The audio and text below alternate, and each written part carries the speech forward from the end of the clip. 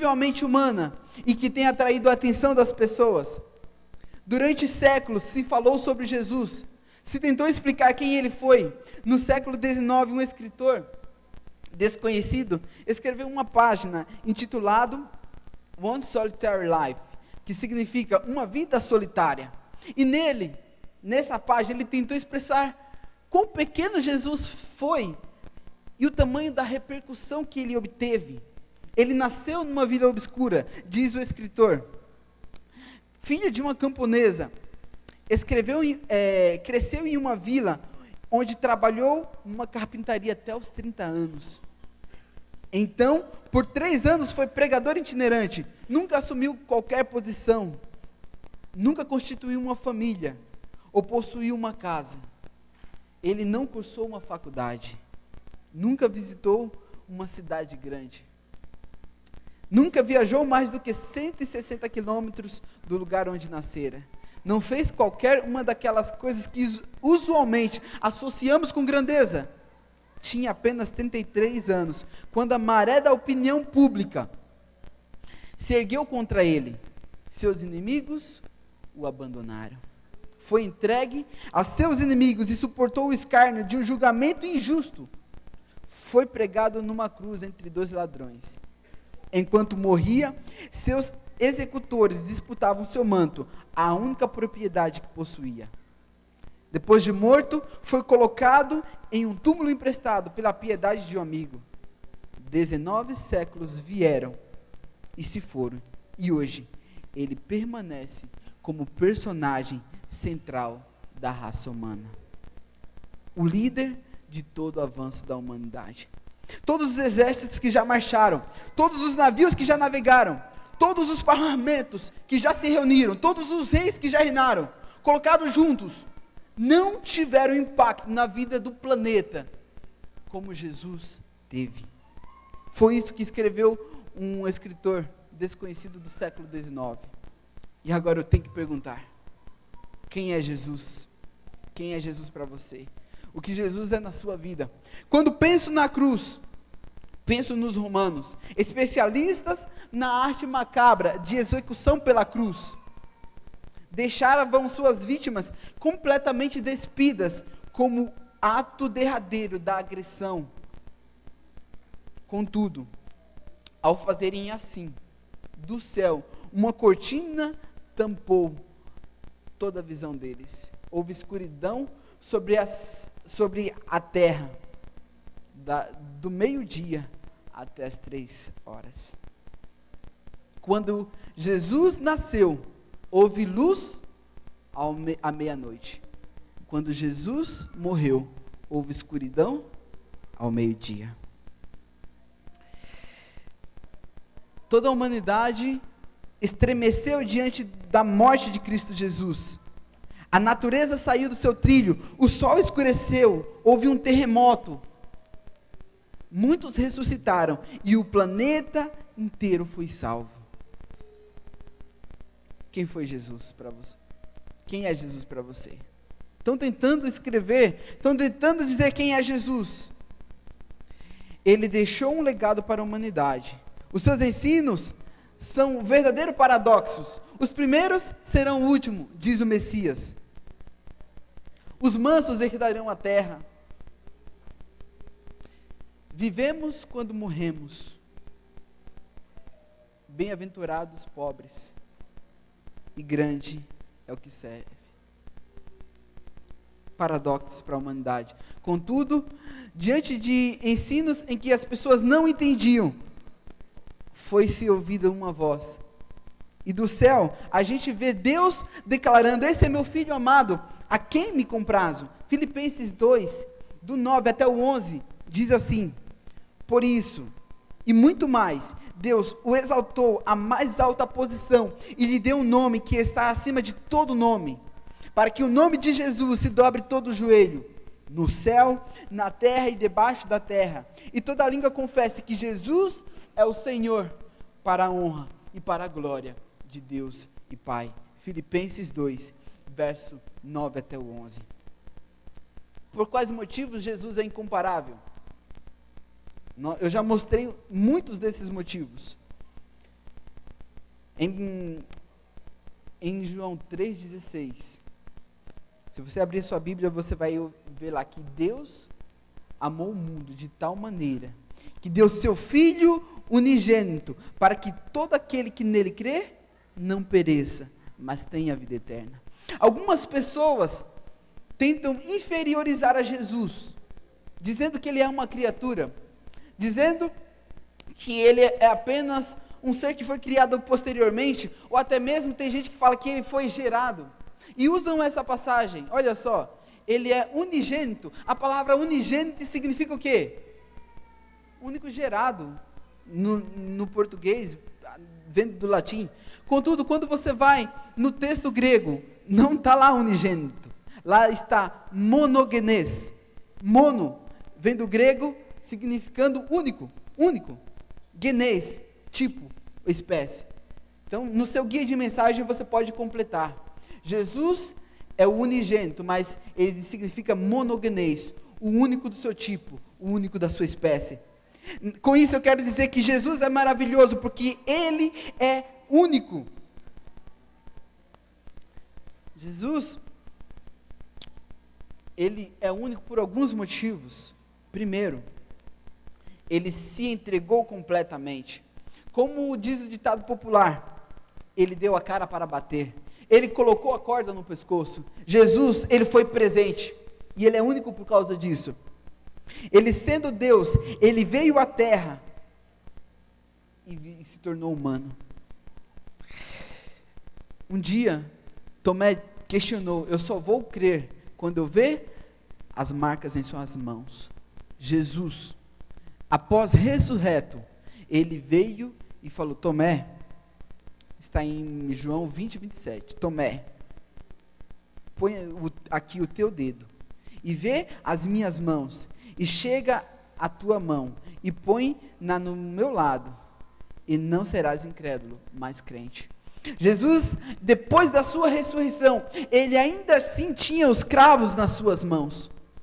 No céu, nós poderemos ir até Jesus, e tocar, e ver os seus cravos. Você consegue entender o que aconteceu?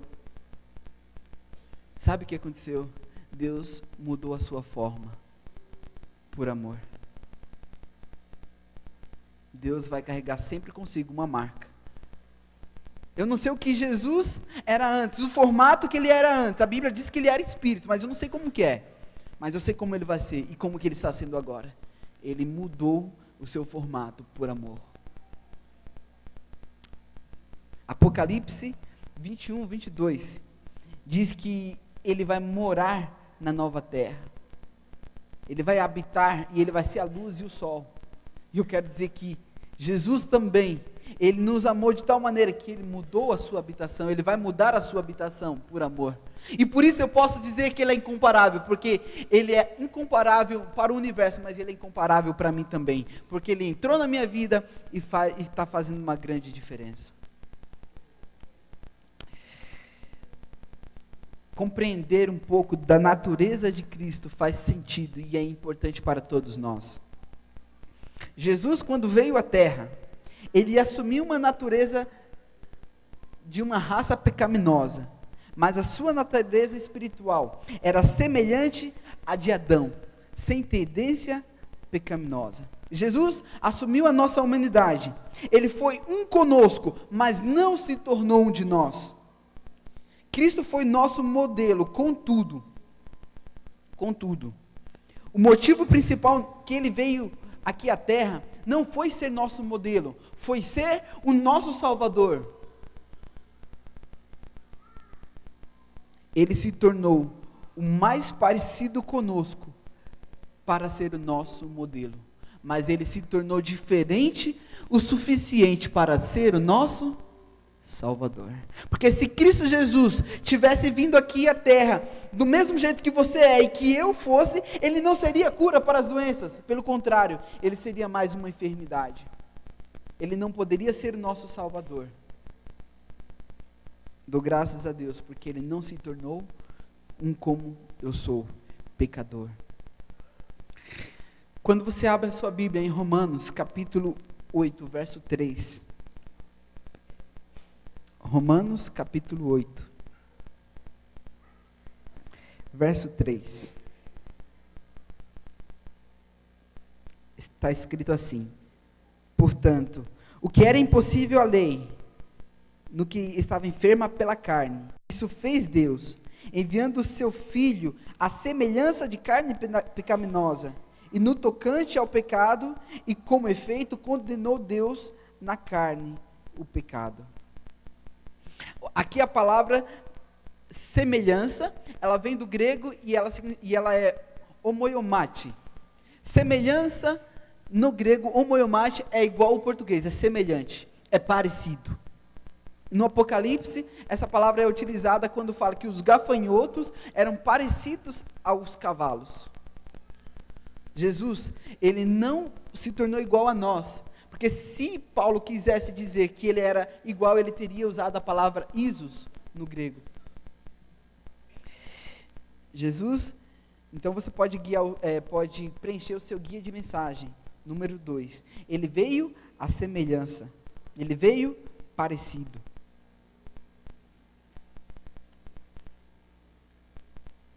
E com isso, nós podemos entender um pouco como é que Jesus veio à Terra.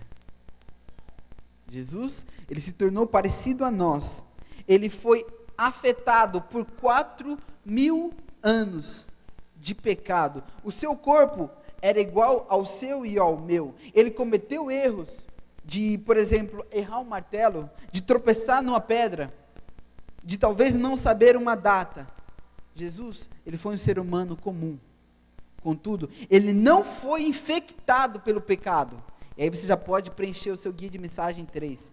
Ele não deixou com que o pecado entrasse na sua vida. E hoje, nós podemos ser salvos.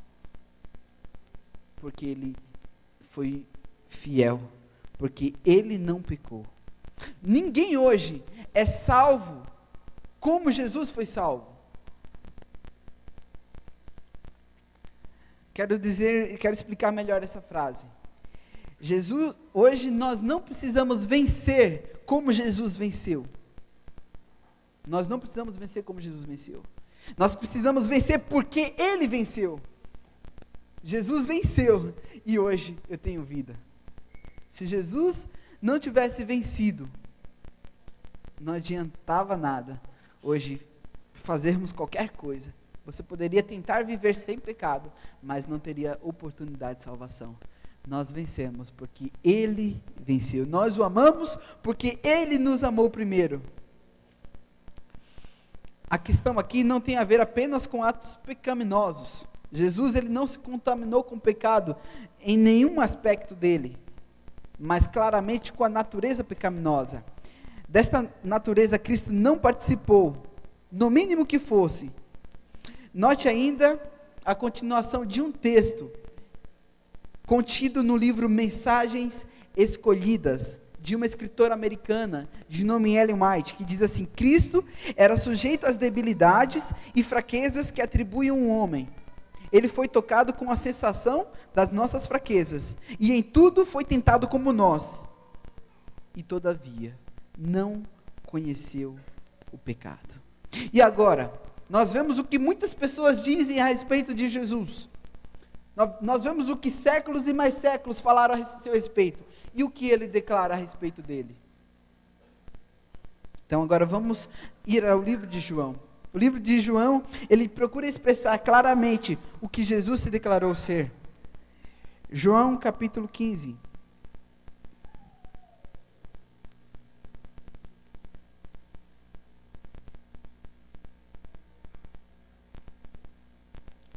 E o verso é o 23. João, capítulo 15, e o verso é o 23. Jesus diz: quem me odeia, odeia também o Pai. Vamos, então, agora para o 14:9.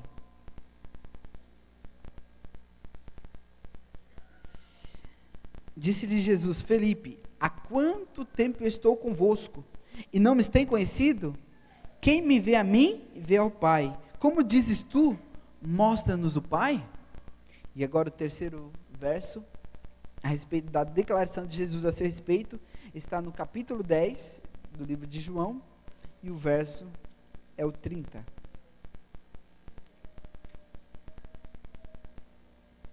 Eu e o Pai somos um. Jesus, então, neste momento, se declara ser Deus. Jesus, ele diz que ele é em natureza e essência igual ao Pai. E é isso que está no guia de mensagem, no texto 4. Cristo, ele se disse ser natureza e essência do Pai. Com isso,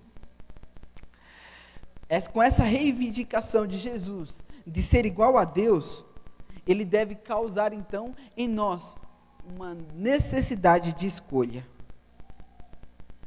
Essa afirmação, ou ela deve ser verdadeira, ou é falsa. Cada ser humano precisa escolher. E ao escolher, ele vai designar se ele pensa que Jesus é um louco, um lunático, ou então, verdadeiramente, um filho de Deus. C.S. Lewis, ao comentar isso, ao falar desse assunto, ele diz: um homem que fosse somente homem e dissesse as coisas que Jesus disse, não seria um mestre moral. Tem gente que quer dizer, não, Jesus foi apenas um mestre moral, foi apenas um líder religioso. E C.S. Lewis, ele fala exatamente isso. Um homem que fosse somente um homem e declarasse o que Jesus declarou, não poderia ser um líder moral. Seria um lunático, no mesmo grau de um que diz que considera ser um ovo cozido. Jesus seria louco no mesmo grau de um homem que se considera ser um ovo cozido. Com isso, eu estou te colocando numa encruzilhada. Principalmente nas suas reações e atitudes com relação ao Senhor. Se você acredita que Jesus é o Senhor, então você deve viver a essa altura. Caso não, você deve desprezá-lo e colocar-se em batalha contra ele. Quem é Jesus para você? Esse é quinto texto do guia de mensagem. Responda. Quem é Jesus para você? Jesus, durante toda a humanidade, ele mostrou ser o Senhor do universo. Mostrou ser Deus, mostrou o seu amor, a ponto de mudar-se de forma, a ponto de mudar a sua moradia, mas tem gente que o nega, tem gente que o rejeita, tem gente que o faz com as suas práticas e atitudes. Quando se faz um estudo do Evangelho, se entende que ninguém poderia inventar uma pessoa como Jesus. Em realidade, isso seria um milagre maior do que a própria vida dele. Alguém inventar Jesus como ele foi seria um milagre maior do que tudo que ele fez. Jesus é incomparável. Mas não adianta Jesus ser incomparável lá e eu aqui. E esse nunca foi o objetivo de Jesus. Na verdade, Cristo veio aqui na terra, criou-nos, fez nós a sua obra-prima, para sermos incomparáveis, assim como ele foi. Ele veio aqui para transformar a nossa vida e para fazer de nós cidadãos do céu. Não adianta Jesus ser incomparável lá e eu aqui. Jesus tem que ser incomparável ao meu lado, enquanto eu ando, enquanto eu faço, enquanto eu ajo. Você que está vindo aqui a primeira vez, você que está vindo nos visitar, aceite a Jesus como o Senhor e Salvador da tua vida, e Ele vai transformar você, e você também vai ser incomparável, assim como Ele foi, e assim como Ele é. Ele deu a vida para te salvar, Ele mudou a sua fisionomia, e Ele quer mudar a tua. Jesus veio aqui para ser o teu Salvador, para o teu libertador. Se entregue completamente a Ele. Nós estamos começando agora uma série de estudos sobre a pessoa de Jesus, sobre o ser incomparável. Continue nos acompanhando nos próximos 4 cultos. Nós estaremos ouvindo sobre esse incomparável Senhor. E hoje toma uma decisão ao lado dele. Uma decisão de que você vai estar com ele, independente de qualquer coisa que possa acontecer na tua vida. Eu quero que você cante: eu quero ter Jesus comigo. Eu quero que você cante: eu quero andar com Jesus ao meu lado. No labor, nas aflições, nas alegrias, eu quero ter sempre Jesus comigo. Até o dia em que eu vou subir com ele para o céu e habitarei com ele para toda a eternidade.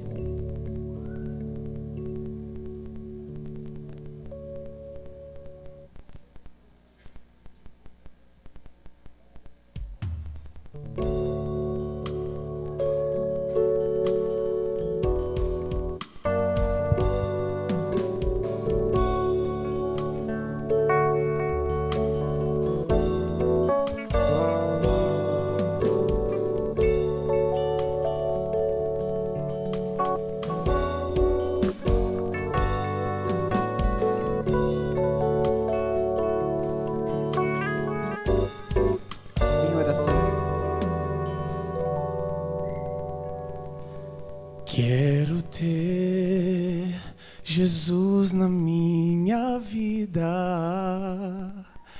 para que meus atos sejam puros.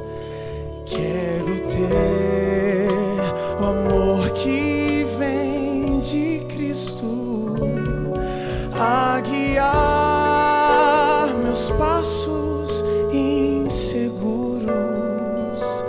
Só Jesus mostrou com sua vida que Ele tem poder e amor para dar. Nosso ser depende da sua graça. Com Jesus vivemos para amar.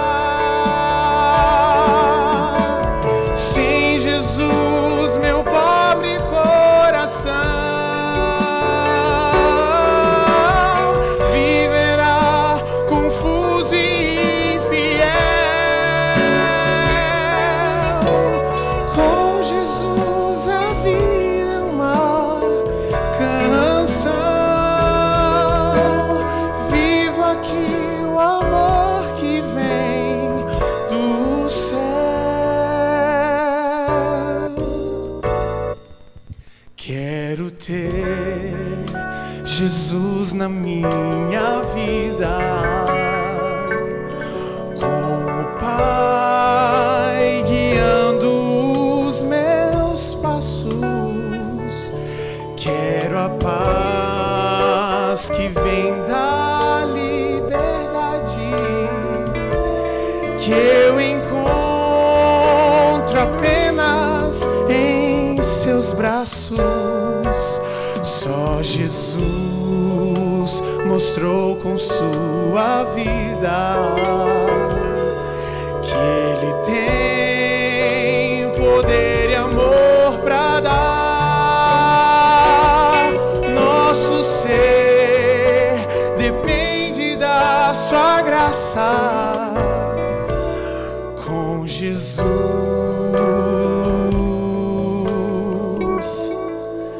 vivemos para amar.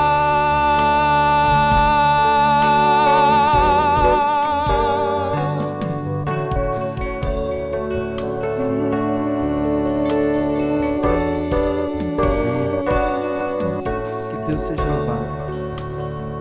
Com Jesus, nossa vida, ela anda em segurança. Vivemos para amar.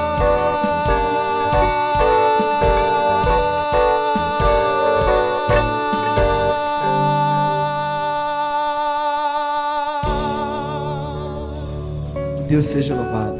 Fique de pé e vamos clamar a Deus para que a gente possa ter uma vida unida com Ele. Oremos então.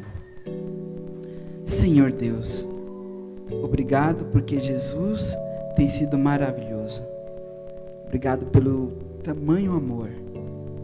Obrigado pela tua graça maravilhosa. Querido Deus, nos alcance a cada dia e nos abrace com teu amor. Nos prepara, Senhor, para um maravilhoso dia em que nos encontraremos com o Senhor e que passaremos toda a eternidade num mundo diferente, num mundo de paz, alegria e amor. Obrigado pela vida, sacrifício de Jesus e pela oportunidade de salvação. E é no nome de Cristo Jesus que nós oramos. Amém.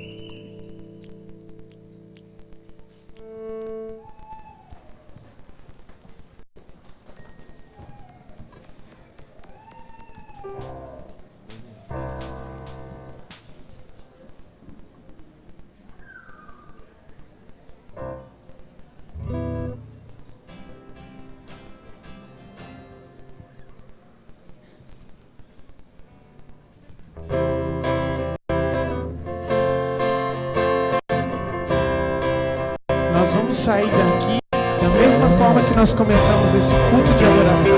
Nós iremos sair daqui louvando o nosso Deus e pedindo para Ele que Ele permaneça no nosso coração.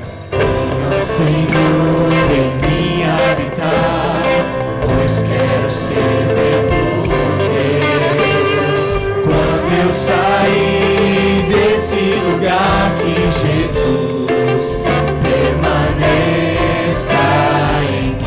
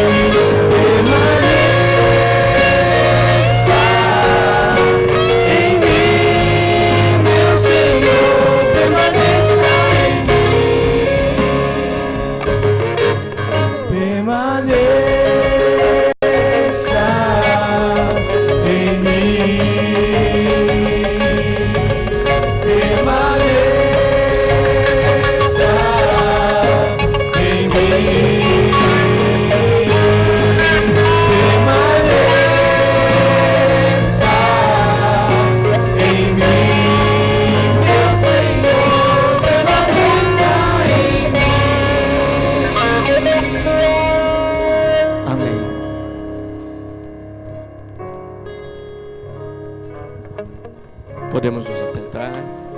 Bom dia a todos, um feliz sábado.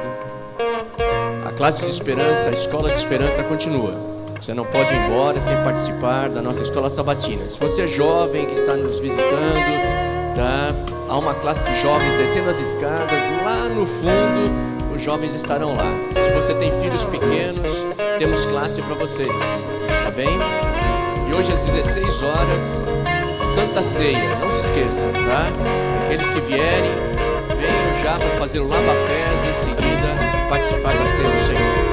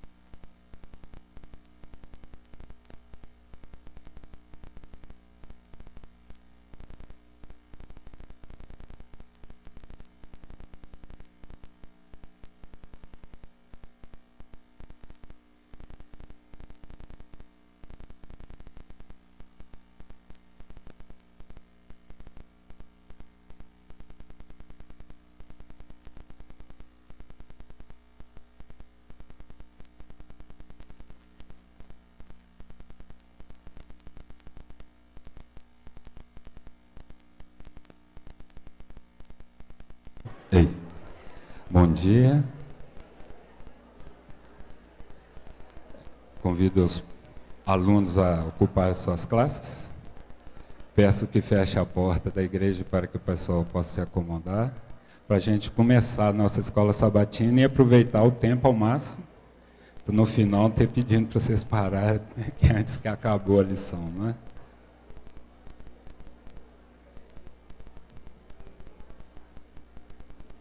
Neste momento, nós vamos ouvir o informativo mundial.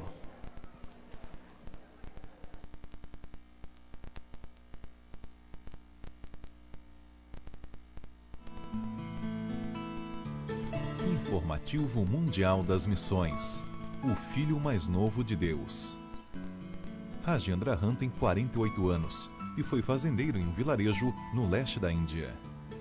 Por sentir-se indignado ao ver a opressão que afligia seu povo, Rajendra e mais 9 amigos decidiram fazer justiça com as próprias mãos. Todavia, com o passar do tempo, o grupo se tornou mais violento, chegando a matar pessoas em nome da causa e tendo que viver escondido na floresta.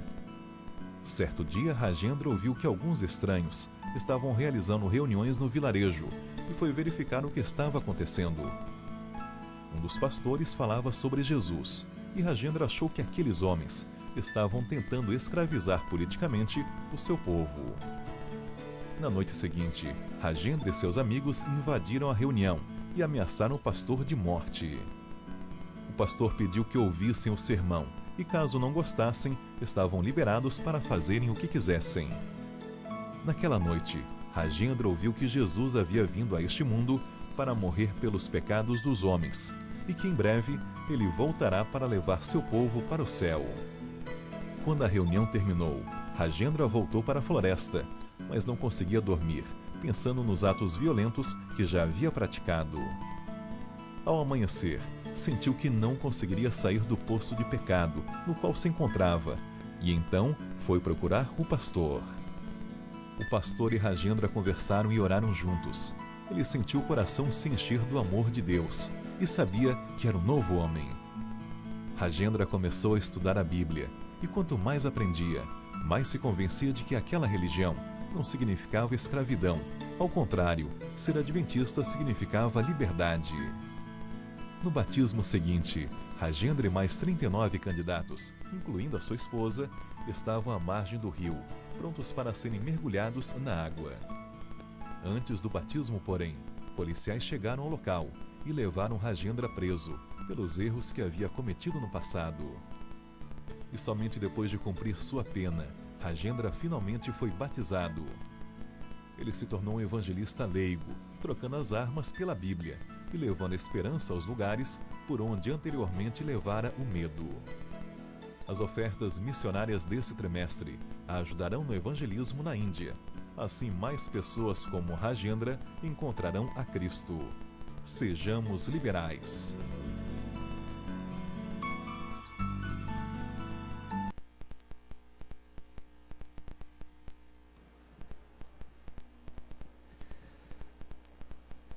Eu acho que essa lição que nós ouvimos agora ajuda também a nos compreender a lição dessa semana.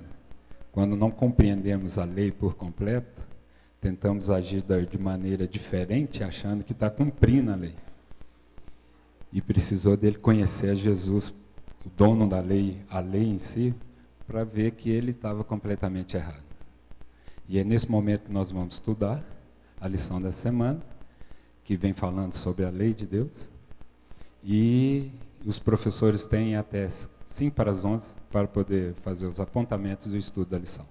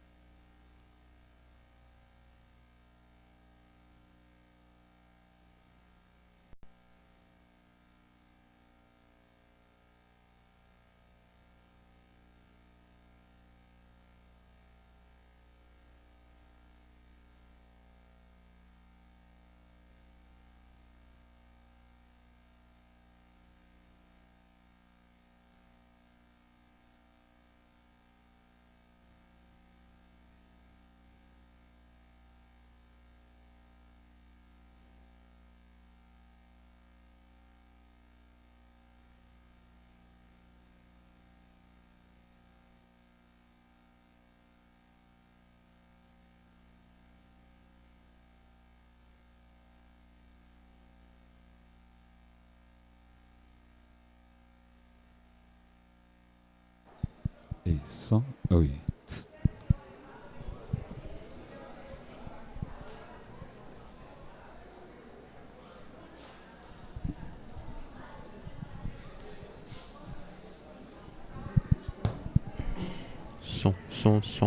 Som, teste. Beleza aí, Marquinhos? Beleza aí? Som aí, tá bom?